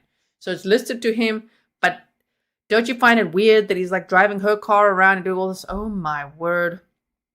And these people, they always underestimate the victims' networks, the families and friends and everyone that will miss them so much and report them missing. And, maybe he assumed, no one's going to look for her, but why wouldn't they? Oh my goodness. So they said the defendant was stopped near South 38th Street and West Lakefield Drive, just a few blocks from his residence. The defendant was arrested at that time. A search of the defendant's vehicle led to the recovery of a zip-up hooded coat that appears to be the same coat the defendant's wearing in the still frame depicted above. With your sword. Complainant further states, based on preliminary analysis done by the Wisconsin State Crime Lab, that a pseudo-standard of Sade Robinson was compared to a blood standard from the human leg recovered from Warnimont Park, and the DNA analysis supports the preliminary conclusion that the leg belongs to Sade C. Robinson. Complainant further states that since the Milwaukee County Sheriff's Office and Milwaukee Police Department began the investigation into the severed leg recovered from Warnimont Park, as well as the missing person investigation related to Sade C. Robinson, no one from her family nor her friends have heard from Robinson, and the last contact anyone has had with her was April 1st of 2024. No one has had contact with Robinson since she was with the defendant on the night of April 1st of 2024 into April 2nd. Based on the circumstances surrounding the disappearance of Robinson as described in this complaint and the recovery of the human leg that was preliminarily identified as Robinson's, the complainant concludes that Robinson is deceased. The facts mentioned in this complaint cause complainant to conclude that the defendant intentionally killed and then dismembered Robinson with the intent to conceal the homicide, and it occurred between the arrival at the defendant's residence and his departure from the Warnimont Park area. Wow. Yeah, G-Spot says, did he take the bus to the Twisted Fisherman or did he leave it there? I also wonder. To me, it seems like he took the bus there or got a lift there or something. Which, again, I'm going to say would be part of his MO then, you know? Like, I'm sure they're going to look into many things with this guy. Look at unsolved cases in the area. You know, I saw a body was found in Warnimont Park 10 years ago when I was looking up everything on Warnimont Park, and I'm like, what is going on? We don't always want to speculate that because it might just be that this is the only time he's done something like this. But this is you don't just like suddenly start dismembering people. Like, what? Oh my goodness. So now that is the document. I'll post it to X after this live stream and of course on Patreon as well so that you can find it in multiple places. Okay, now we've got some clips to look at, which would be this. We've got to resize again. This one says timeline, what happened. Okay, so let's listen to this one quickly. All right. Information about the disappearance of Sade Robinson and the possible connection to those human remains that have been found across the area over the last 10 days. Since Sade went missing, her family has been asking for donations for search efforts. Today, the GoFundMe says the money will be used for memorial expenses. So far, law enforcement has not confirmed Sade's death or connected her to the body parts that have been found or the person in custody in all this, Maxwell Anderson. Our Jenna Ray walks us through a timeline since Sade went missing. The story begins on Monday, April 1st. That's when 19-year-old Sade Robinson was first reported missing. On Tuesday, April 2nd, family says Sade's car was found torched here near 30th and Lisbon on Milwaukee's north side. That same day, just really brings into question what is wrong with people. It's heinous. A severed leg was found here at Warnimont Park in Cudahy, 11 miles from Sade's burned car. On Thursday, April 4th, our crews found Milwaukee County Sheriff's deputies searching a home on Oklahoma and 39th Street. That same day, Maxwell Anderson was taken into custody and identified as a person of interest in relation to the severed leg found in Cudahy.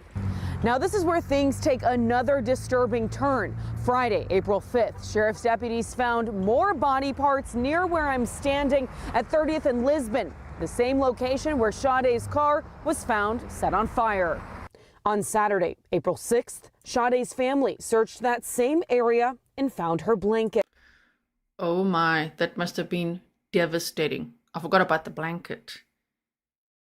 When Sade's family was searching there near where her car is, where the police found a foot and flesh, they went to search around there and they found her blanket that she usually kept in her car. It says something about is Coco Chanel, and there's, I think, pictures of Sade. I don't know, actually it says rest in peace. It's her, I don't know, it's her blanket that they say she kept in her car that they found in that area. It's devastating because when we came to look for her, we weren't coming looking for body parts. We were just coming to look for her. Milwaukee police came out to search again and found even more human remains. Now it's Sunday, April 7th. Sade's family comes back to search and finds human remains yet again. I want answers because I need to know why somebody would want to do this to her. Let's go back to Maxwell Anderson for a second. While he has not been charged with a crime, we're naming him because of the nature of the allegations. He has now been, since this, he has been charged with all the crimes we went over. I'm showing you clips from throughout this investigation, okay? On Tuesday, April 9th, Anderson went before a Milwaukee County judge where prosecutors asked for an extension to keep him behind bars. That extension was granted. The same night, family and friends of Sade's went back to Warnimont Park in Cudahy to search the area. She looked out for my baby. The least I could do was look out for her mama's baby. They say they found what they believe to be body parts, but that the sheriff's office needed to investigate further. It's now Thursday, April 11th, 11 days since Sade went missing. The sheriff's office is leading the investigation, but our phone calls and emails have gone unanswered. The DA's office confirmed charges are likely not coming today. Sade's mom tells me that once charges are filed, she plans to sit down and talk with us. I'm Jenna Ray for TMJ4 News. Okay, so TMJ4 has done a pretty good job of reporting on this case. Let me find the next clip for you, which, let me just make sure. Yes, okay. Let me make sure it's boosted as well so you can hear nicely. Park. 12 News' Hannah Hilliard is there right now. Hannah, a lot of people use that space. They do, Patrick and Joyce. Maybe not as much on a day like today or yesterday, but when you have a view of Lake Michigan like this, it can be hard to resist this park for those who are in the area. And it was here yesterday. Investigators say someone made that gruesome discovery. At the bottom of Warnimont Park's steep cliff, in or near Lake Michigan's roaring waters, investigators say a park goer spotted a bizarre sight Tuesday evening, a severed leg. We have officers out with the callers by Warnimont Park Golf Course. They're walking down by the pump house. Calling 911, Cudahy police say they were the first to respond just before 5:30 p.m. Within 10 minutes, dispatchers heard saying this over their radio. Cudahy to Sheriff Unlawful. This is the sheriff. Go ahead. It's confirmed and located. Our cameras captured investigators down at the bottom of the cliff searching the area. Milwaukee County Sheriff's Office immediately determining the leg belonged to a human. But who? Yeah, I definitely have thoughts about like their family and stuff. Like, oh, I wonder who it is. Could it be somebody we've known in the past? How their family doing? I know they're going to want answers. The discovery prompting countless questions from those like Nathan Mendoza, the South Milwaukee resident visiting the nearby park Wednesday. What made you want to come out here today? To be honest, it was just kind of a spontaneous thing. I mean, we kind of seen it on the news, so we just wanted to kind of look around, maybe see something somebody else didn't, or just kind of see what could have happened in our head. The Milwaukee County Sheriff's Office is now leading the death investigation. Late Wednesday afternoon, the agency not revealing much, calling the discovery suspicious. And Hannah, our crews also spotted the medical examiner at the scene Tuesday. Just to clarify again, I'm showing you clips that have been happening since, April 2nd or so.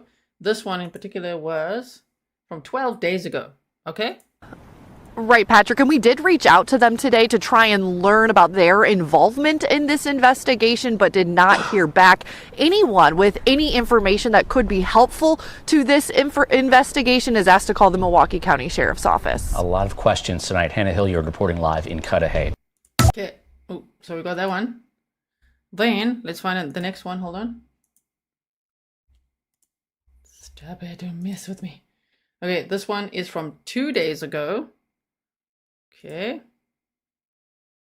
Search for remains in the killing of a 19-year-old Milwaukee woman. Prosecutors have charged Maxwell Anderson with homicide, mutilation, and arson in the death of 19-year-old Sade Robinson. She was last seen on a date with Anderson April 1st. On April 2nd, someone found a severed leg in Cudahy's Warnimont Park. Prosecutors say DNA evidence shows that it is Robinson's. Remains found in other areas have not yet officially been linked to Robinson.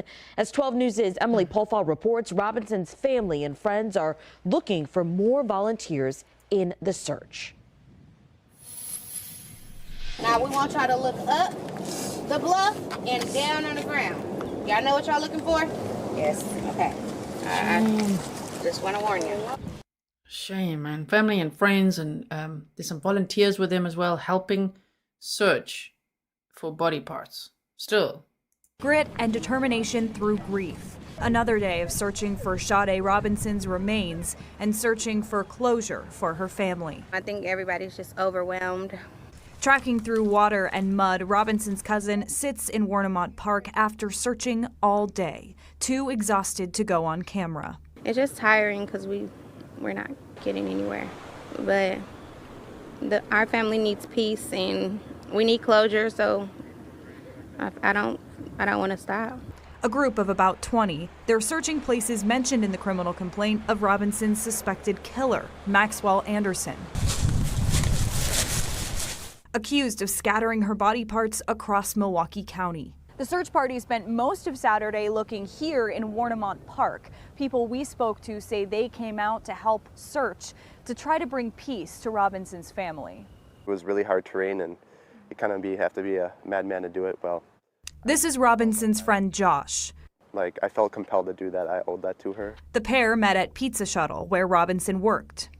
She was gorgeous, and her smile could like brighten anyone's day, and she just had that personality where she could cheer you up. The group is still learning how to organize a widespread search party, and they're doing it with little help.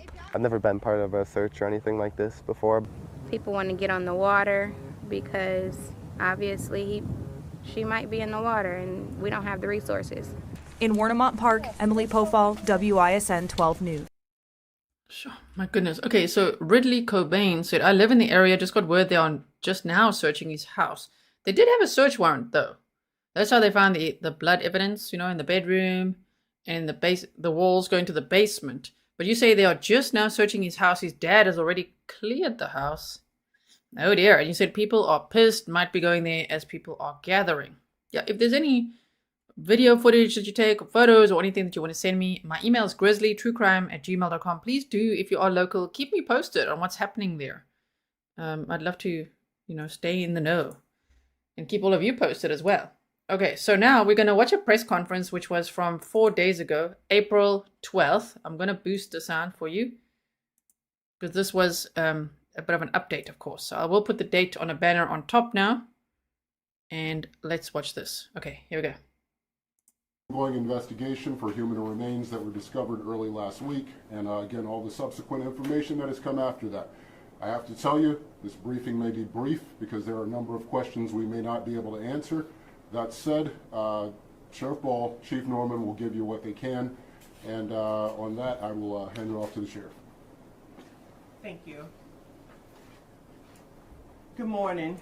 Thank you for being here. Today we're going to give a brief update regarding the severed leg that was found and some of the human remains that have been found throughout Milwaukee County. As you know, on April the 2nd at approximately 5:29 p.m., Milwaukee County 911 dispatch received a call from Cudahy Police Department regarding a severed leg at Warnimont Park. It was near the golf course and the pumping house.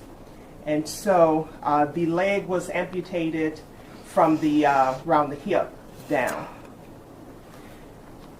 And as a result, the leg appeared to be that of an African-American female.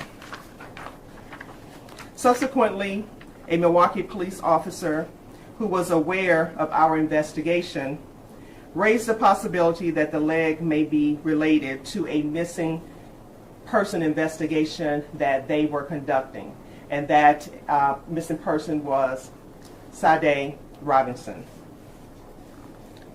So on Wednesday, April the 4th, our investigation led to a person of interest, Maxwell Stephen Anderson, who lives in the 3100 block of South 39th Street, where he was arrested after a traffic stop near the home.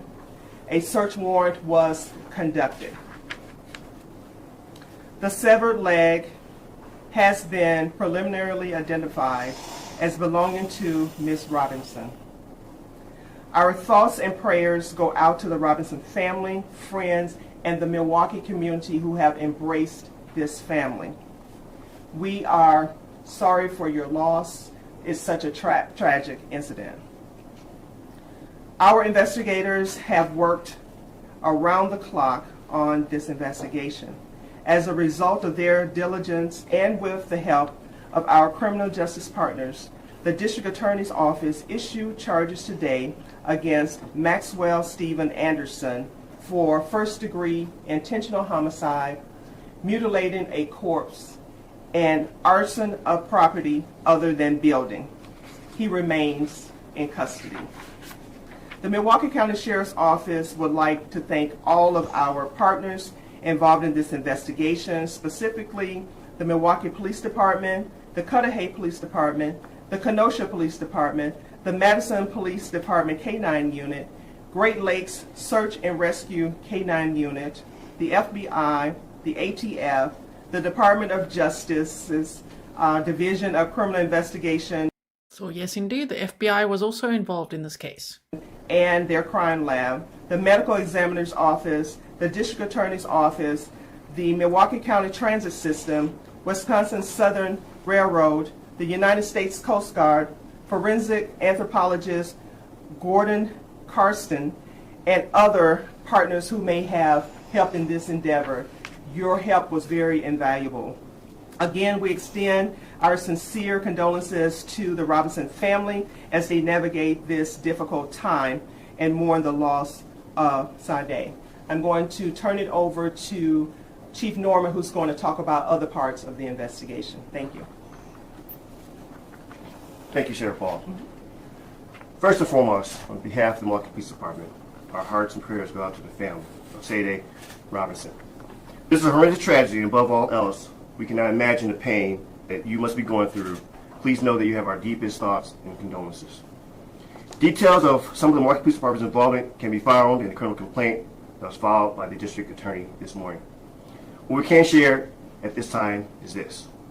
On April 2nd, Milwaukee Police Department investigated an arson at the 2800 block of West Lisbon Avenue. Video surveillance recovered from the arson investigation led investigators to search the area on 3000 West Carleena Street. On Friday, April 5th, investigators located human remains in the area. On Saturday, April 6th, MPD continued the search in the area and located additional human remains on the railroad tracks. Later in the evening on Saturday, April 6th, MPD returned to the area when Ms. Robinson's family located her blanket. At this time, detectives located additional human remains. The identification of human remains recovered by MPD are still pending. I repeat that. The additional human remains is still being looked at and the investigation is pending in regards to the identification of that. Please note we continue to search for additional evidence that has not been located. Anyone with information is asked to contact Milwaukee Police Department at 414-935-7360 or to remain anonymous. Contact Crime Stoppers at 414-224-TIPS or P3 TIPS. We are grateful for the efforts of the Sheriff Department, the District Attorney's Office, and other federal and local law enforcement partners for their tireless efforts to gather facts and evidence in this case. Please remember, this is an ongoing investigation, and as information becomes available, we will do so in sharing it. And we also ask to please remember to respect the privacy of the family at this time and allow them to grieve.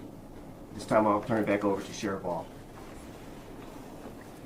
Okay, we've got about 3 minutes or so of this press conference left. A few more clips, and then I don't want to make it too long. I'm sure we could sit here for hours. There's so much to cover in this case. There's so much information now. Also, Shelby said, "We do not know that this beautiful girl willingly went home with him. Even if she did, she does not deserve this." I think toxicology is going to reveal some answers as well, right? You just never know how someone like that guy operates. So if you have some questions that we can answer, you can ask them now. Just to clarify, so the severed leg has been confirmed connected to Robinson, but not the human remains found Friday, Saturday, and Sunday by the Milwaukee Police Department. A preliminary investigation have shown that the leg is Ms. Robinson's, and yes, the human remains have not been identified yet. Are you looking into other missing women and reviewing those cases to possibly connect it to this case? This is an ongoing case, and we have looked at other parts of the investigation to see if there are any others that could be linked, and so far there hasn't been any evidence that there is any other victims. Are you concerned that there could be other victims? There hasn't been anything that is pointing to that right now. Prosecutors are saying that this happened from the time that the two went back to Anderson's house, according to the criminal complaint, until the time that he pinged to Warnimont Park, which is a pretty wide time frame. Do we know when this killing happened and where it happened? Was it at the home? Was it in the car? Was it at the park? I'm a little unclear on that portion of the criminal complaint. We can't, it's still part of the ongoing investigation, so we can't comment on that. Do you know how she died? Can't comment on that. Or do we know how they met, the suspect and the victim? It's my understanding that they may have met at his place of employment, but right now we can't confirm that. Since we don't have identification of all of the remains that have been found, can you confirm or not if there is any danger to the public? At this time, we don't believe that there are any other victims out there and that the person who is responsible for this heinous crime has been arrested. Are you still searching for remains for Ms. Robinson? Yes, we are. Do you know where those remains could be? No. Have you found have you recovered a murder weapon in this situation? Ongoing investigation. Folks, we have time. Interest of time, 2 more questions. Has there been a motive established? Shame here. They're like, in the interest of time, 2 more questions, and then there's about 10 more. So I can't remember how many, but I was like, whoa, there's a lot more than 2 more. We're almost done. Ongoing investigation. What did you find inside that home, specifically in the basement? Cannot release that at this time. Could you? Anyone else connected to the crime? Will there be more charges? We have no evidence there's anyone else that's related to this offense, but you know, we, as I stated before, it is ongoing investigation. When is the soonest that we can expect another update? As soon as we get information. Is he speaking with investigators? Anderson? It's my understanding that he has retained a lawyer. Is there anything you can say about the sex dungeon? No. Just Leslie, could you just... Sorry, what was that last question? That was 5 questions, by the way. Say about the sex dungeon? Did she say, is there anything you could say about the sex dungeon? Sorry, what? Sure, sounding like a Rex Heuermann here. Like, what is going on? Yeah, Ridley Cobain says there was a sex dungeon in the basement. I've seen that rumored. I just don't know. You know, you just never know. You know, like when they said with Rex Heuermann that there's like this vault or whatever, and then they had to have a press conference to tell everyone it's not what you think it is. Okay, but here, like, whoa, there was a sex dungeon in the basement. Oh my goodness. That is terrifying. Okay, I think that's all the questions here. No.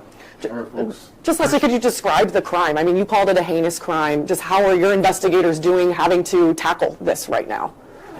Well, just to know that someone has, you know, been dismembered in a fashion like that. You know, our investigators, they want to find justice for the victim, and so right now that's what their focus is on. But you know, any crimes like this, it's bound to at some point in time have an effect on those who are involved. Ooh, that was loud. Sorry about that. Okay, we've got just 1 or 2 more clips. Let me just see how many. I've got a couple of lined up for you. Hold on 1 second. Okay, let's do this and fetch the rest. Whew. What a case, right? What a case. Okay. Yeah, this one was also, I just want to make sure I boost it for you as well. I've got to do it every time. Sorry, dude. Of interest to the man charged with the death of 19-year-old Sade Robinson. It's a gruesome case that started 10 days ago with the discovery of a human leg in Warnimont Park. And we do have team coverage for you this morning. Zoe Chapala learned more about the in-depth investigation by Milwaukee law enforcement. But we'll start with Fox 6's Durante Matthews, who was in court for Anderson's appearance this morning. And Durante, you also spoke to the family of Sade Robinson. I did, and it was a very, very difficult day for her family, the family of 19-year-old Sade Robinson in court today. Many of them were in tears before walking out of court, and a lot of them were shaking, sitting behind the man who's accused of killing Sade, and that's, as you... Quick question, not quick question, I just want to tell you when it is. 4 days ago. This was from April 12th as well, okay? Mentioned 33-year-old Maxwell Anderson. Now, his charges were read in court today. Now, that includes first-degree intentional homicide, mutilating a corpse, and arson. Now, if convicted, that first-degree intentional homicide charge is enough to land him in prison for the rest of his life. But today in court, his attorney actually tried to get that homicide charge dismissed, saying that there's not enough physical evidence to prove it, but the judge dismissed it. Prosecutors say back on April 1st, on Monday, Anderson and Robinson were going out for a date. They went back to Anderson's home on South 39th Street sometime after 9 o'clock. Prosecutors say it's between that time and 12:45 in the morning that Anderson killed her. They say he then dismembered her body and scattered them at different parts around the county. Police found her leg, foot, and other human remains in different areas last week, and police arrested Anderson on April 6th during a traffic stop. Now, we did speak with Robinson's family. They gave us a brief statement after court. Sade was more than a person. She was an angel. Not having her right now is very painful. We need justice for Sade. Me and my family will never be okay. My sister and parents won't stop shaking, and it ain't because they're nervous. Imagine trying to bury your niece with no body for the service. I need justice for Sade. I have nothing more to say. And prosecutors did say that there are still parts of Sade's body that are still missing. Today, a judge set Anderson's cash bond at $5 million, but his attorney tried to get that lower to $500,000. That was later dismissed. Anderson is due back in court on April 22nd. Live outside of the Milwaukee County Courthouse, Durante Matthews, Fox 6 News. Durante, I'll throw you one other question, actually, if you don't mind, very quickly here. We heard from the uncle there. You could hear the pain and anger in his voice. You also spoke Like I was like, just whoa, one more question. Okay, it was a good one. To Sade Robinson's mother. What did she have to say after court? So she essentially echoed the same sentiments as the uncle did, how she really wants justice for her daughter. Now, she was in a very understandably emotional state, and a lot of the words that she used are not really appropriate for television. But in a sense, she's very angry at Anderson, and more than anything, she just wants to have her daughter back. You can certainly understand the furor there. Durante Matthews covering this in Milwaukee County for us. Thank you very much. Now, while that was playing out in court, law enforcement officials held a press conference in Wauwatosa detailing their investigation, which again began 10 days ago, April 2nd, with the discovery of that leg and also the report that Sade Robinson was missing. And Zoe Chapala joins us now. After hearing from the county sheriff and the police chief, there is so much information and detail in the criminal complaint, yet still this gap towards the end, Zoe. What still don't we know? Yeah. And this lady Zoe's got some good questions as well. Little Irish girl says not much news since he was charged. Right? But their criminal complaint that they've published since April 12th has got a lot of information in, right? I think it's a lot to process at first, and now he has been charged. I just really hope if it's true that his dad is there, then help clean out the house or whatever, he better not bail him out. They won't be upset. Amanda, thank you so much. I really appreciate it. Okay, let's quickly listen here. And I think that that's just the best way to describe it. You know, I was looking at the criminal complaint and I'm like, wow, this is really detailed. They really have all of this information laid out here for us. And then when I got to page 9, because it was about a 10-page criminal complaint, I realized that there are still a lot more questions than answers at this point. I mean, some of the big things that I think we're still wanting to know is a motive. That is something that we asked the Milwaukee County Sheriff's Office, and that's not something that they can answer at this time. Another thing, too, is we know that Sade Robinson and Maxwell Anderson met because they went on their very first date that last Monday night. We don't know how they met. Investigators say that they think that they met at Maxwell's place of work. However, that's not totally confirmed because police are still investigating that. We also know, too, that investigators think that the two met at Anderson's place of work. Again, they say Sade and Maxwell went to the Twisted Fisherman last Monday on their first date, and then to Duke's on the Water, and then back to Anderson's house.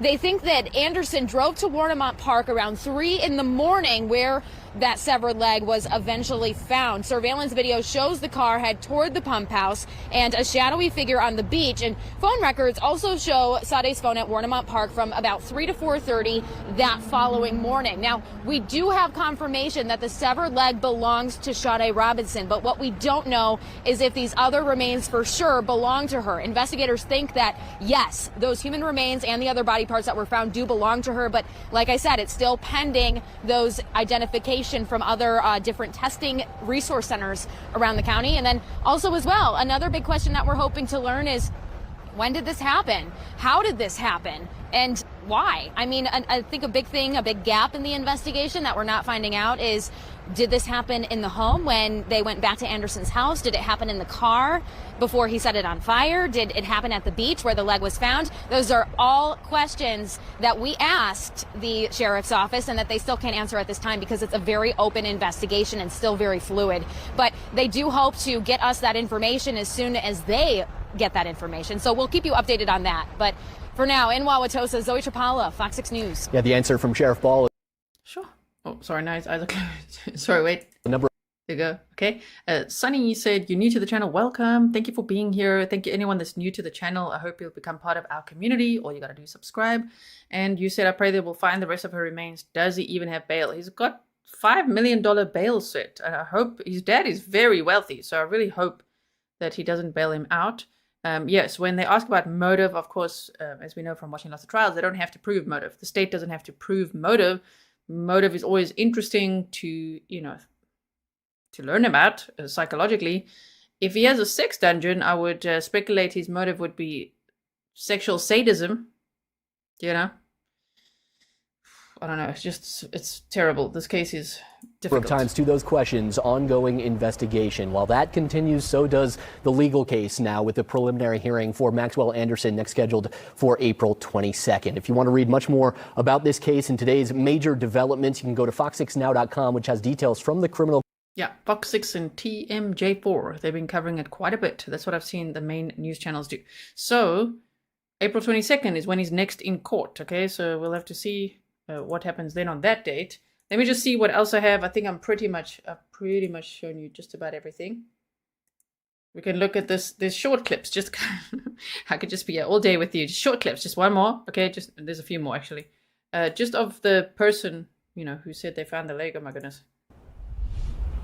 Susan and Steve, the only new information I have for you this afternoon is it's now confirmed that someone who was visiting the park did indeed find that leg yesterday afternoon. Now, right here where I'm standing, you can see this fenced off area, and this is just north of the golf course where investigators say the limb was found down by the road, by the water, I should say, down this roadway, which you're seeing is fenced off. It's nearly a quarter mile from where I'm standing right now, and I spent the day going around Warnimont Park talking with people to see what they knew. One woman I spoke with says she did hear about the leg being found, but wasn't too concerned with it. She and others I spoke with say the park and adjacent golf course are very popular spots, even when the weather isn't great like today.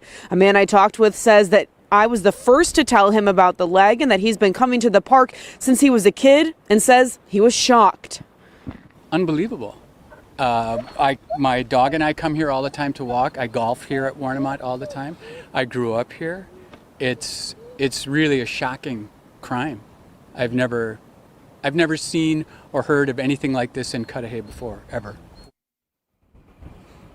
I spent the entire day searching for answers on exactly what happened and what led investigators to this side of the park on Tuesday. We're hoping to have more for you guys coming. So now we know why, because we read the criminal complaint together. But shame, that's the guy who found the leg. Okay, let's listen to this one quickly. A quiet area. The gruesome discovery happened Tuesday. Someone found a severed human leg at Warnimont Park in Cudahy. He responded to the Warnimont Golf Course parking lot. Two males who stated they found a leg in debris by the water. The sheriff's office says a person visiting the park discovered the leg in or near the water east of the golf course, right by the pump house. News of a human leg turning up here stunned dog walkers like John Himmer. It's just amazing to me that in a quiet area like this, something so heinous could happen. People who visit this park say they want to know where the leg came from and what exactly happened to the person it used to belong to. Why is the first question. Why here? After the leg was found, investigators looked for any evidence to help solve the mystery. We come here often and we regard it as a safe and place for the family to go walking, and to hear about something like this is quite a shock. Eric Ruckstatter says it won't keep him away. but he is staying aware of his surroundings. As long as, you know, there's other people around like there is frequently, I mean, I'll feel safe. The sheriff's office calls this a death investigation, but deputies have not shared the process of how they'll identify who the leg came from. We've heard more about that since. I just wanted to show you some of the footage. A little Irish girl said her mom said on the news, "Who the F would do this to my baby? Please read her words." Do you have a link for me? If you could email it to grizzlytruecrime@gmail.com to wherever that is, where it's for me to read, that would be great. I've read a lot of articles here to try to make my presentation for you, and I try to include as much as possible. Oh, this is the arrest video. Yes, okay. This is when they arrested him. This person was filming. Look at this little... Is it a cat? Okay, wait, let's look. I think it's a dog. There he is, being arrested. Yes. There's no sound on this video, by the way. They were just filming this like, what? Look how many houses there are around as well. And that's it. That's what they got. And... let's see if there's... I can see there's one more pin here. What is it? Oh, we watched that. We watched that. Okay, so I hope that you found that informative, that you've learned a lot more about the case. I did my very best to bring you as much information as possible. Let me just quickly check my email just in case someone sent me something right now. Okay, if there's any locals that want to take... I don't know, if you want to take... Don't invade anyone's privacy or do anything strange. I just mean if you're out there... if there's a vigil or if you want to show the area, you know, if you want to be boots on the ground or something, you're welcome to send me emails at grizzlytruecrime@gmail.com. Okay, so I've got a lot of emails here. Hold on one second. Okay, we've got some other cases. Sorry, my inbox is always quite crazy. I just want to see if there is something. Yeah, so the next court date is April 22nd. That's what we have so far. So I'll let you know. And as I say, this was also a case. I actually think I think it's the same case. I think that Joe Giacalone, you know Joe Giacalone? He's got a channel. Joseph Giacalone is how you'd spell it, but Joe Giacalone. I think he had like a little live stream or video or something where I'm like, wait, body parts, what? And I just heard about all these body parts like scattered all over a park. Like, what is this? What is happening here? And yeah, then it went a bit quiet again. Then there was this missing persons case, and then went quiet again. And now it's like, oh my goodness, since the guy was arrested, and then now he's finally been charged, and now this criminal complaint came out. It's always great to have the documents so that we get all the factual information, of course, from the police and the prosecution all in one place, so that we can actually learn, because otherwise there's a lot of speculation, right? We just don't know some of the gaps that are in there. But at least we know a lot more now, and I'll keep you posted. Thank you for being here. Thank you, mods. I know this was a very busy one, and it's a tough topic as well. It gets everyone very emotionally charged and upset, and thank you for not fighting with each other, you guys. And yeah, Crime Spy says, Sarge. Yes, Sarge. So I will, I'll see you all again very soon. Stay safe out there. You know, we always ask ourselves, what can we learn from this? So there's a lot of lessons, but like right now, this is just absolutely devastating. I don't even know, but if you are walking and you spot human remains, immediately call the police. If you are walking and you see someone lighting a car, you know, on fire, call the police, right? If you see something, say something.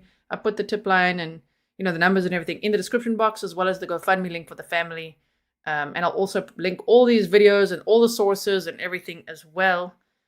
And I will see you again very soon. I'm sure you guys are tired like me now, because this is very heavy, very draining, very emotional. Remember to share pink hearts, especially on social media if you want to, in honor of Sade Robinson. I hope they find the rest of her so she can be put to rest in peace. This is terrible. All right, everyone. Bye.